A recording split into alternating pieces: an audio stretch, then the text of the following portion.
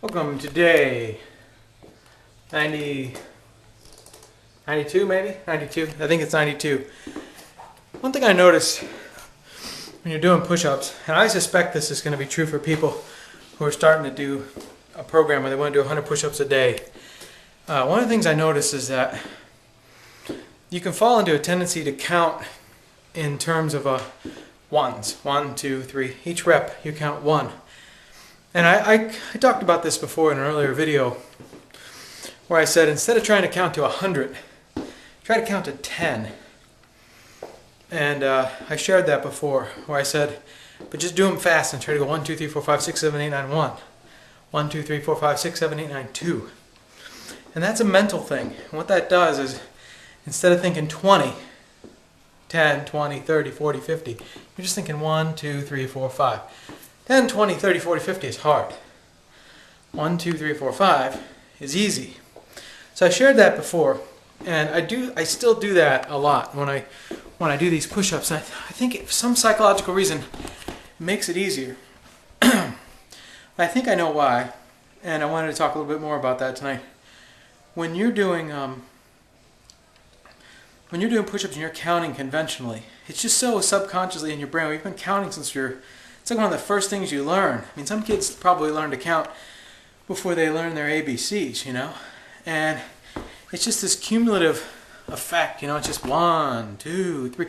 And when you're doing something like an exercise, I think there's this subconscious thing where it's like something's getting piled onto you. Like if you're doing something with weight, like if you're doing push-ups, it's almost like each one is another pound you're carrying or something. It just makes it harder and harder and harder as you go. So you want to get away from counting in terms of numbers. I think what I'm going to probably do is put some thought into figuring out a different way to count. Maybe you have a sentence. Maybe I'll come up with sentences that are 20 letters long or words, and you would just think through the letters of the word, like you'd say like Mississippi, and you'd be like M-I-S-S. That way you're not thinking about how much, you're not thinking about this cumulative weight being added to you. You're not thinking about the number. You're just thinking about where am I on this set that I need to do, okay? So what I'll have to do is I'm going to come up with some sentences that are certain. I'll come up with a sentence that is exactly 100 characters long, some short sentence. I'll just craft it. And then what you could do is memorize the sentence and then spell it out in your head, okay? And that's going to be easier because you're not going to be thinking about 10, 20, 30, 40, 50, 60, and you're not going to have that mental baggage that goes along with that, thinking, if you just did 60 push-ups, you're thinking, oh my gosh, I did 60 push-ups, how many more do I have to go? You're not going to be thinking that. You won't have time to think it. All you'll be able to think is, what letter am I on, what letter is next? So you're thinking, it's getting you more, it's almost like when people talk about being in the present moment instead of worrying about things. That's the way it's going to be, but it's a tool for doing that. So I'm going to come up with that tool. I haven't done it yet, but I'm just thinking out loud here. So I highly recommend, for now, until I come up with this tool to share with everyone, you could come up with one on your own, but I'm going to propose one. For now, just think of it as when you count, just do, because it's natural to count, go 1, 2, 3, 4, 5, 6, 7, 8, 9, 1. 1, 2, 3, 4, 5, 6, 7, 8, 9, 2. Count like that until you get to 100. That's what you need to do. And I find that when I do this, my brain is, every time I hit 1, it's like all the effort that it took to get from 1, because remember 1 is really 10. All the effort that it took to get from 0 to 1 seems like one effort instead of 10 different efforts. And that's important because when you get to like 3 or 4, you're really at 30 or 40. And if your brain's thinking I did 30 or 40 or something, you're thinking I'm starting to get tired. But if your brain's thinking, oh, that's only 3 or 4 of these things, and they might be hard things to do because you're doing push-ups and those are hard to do.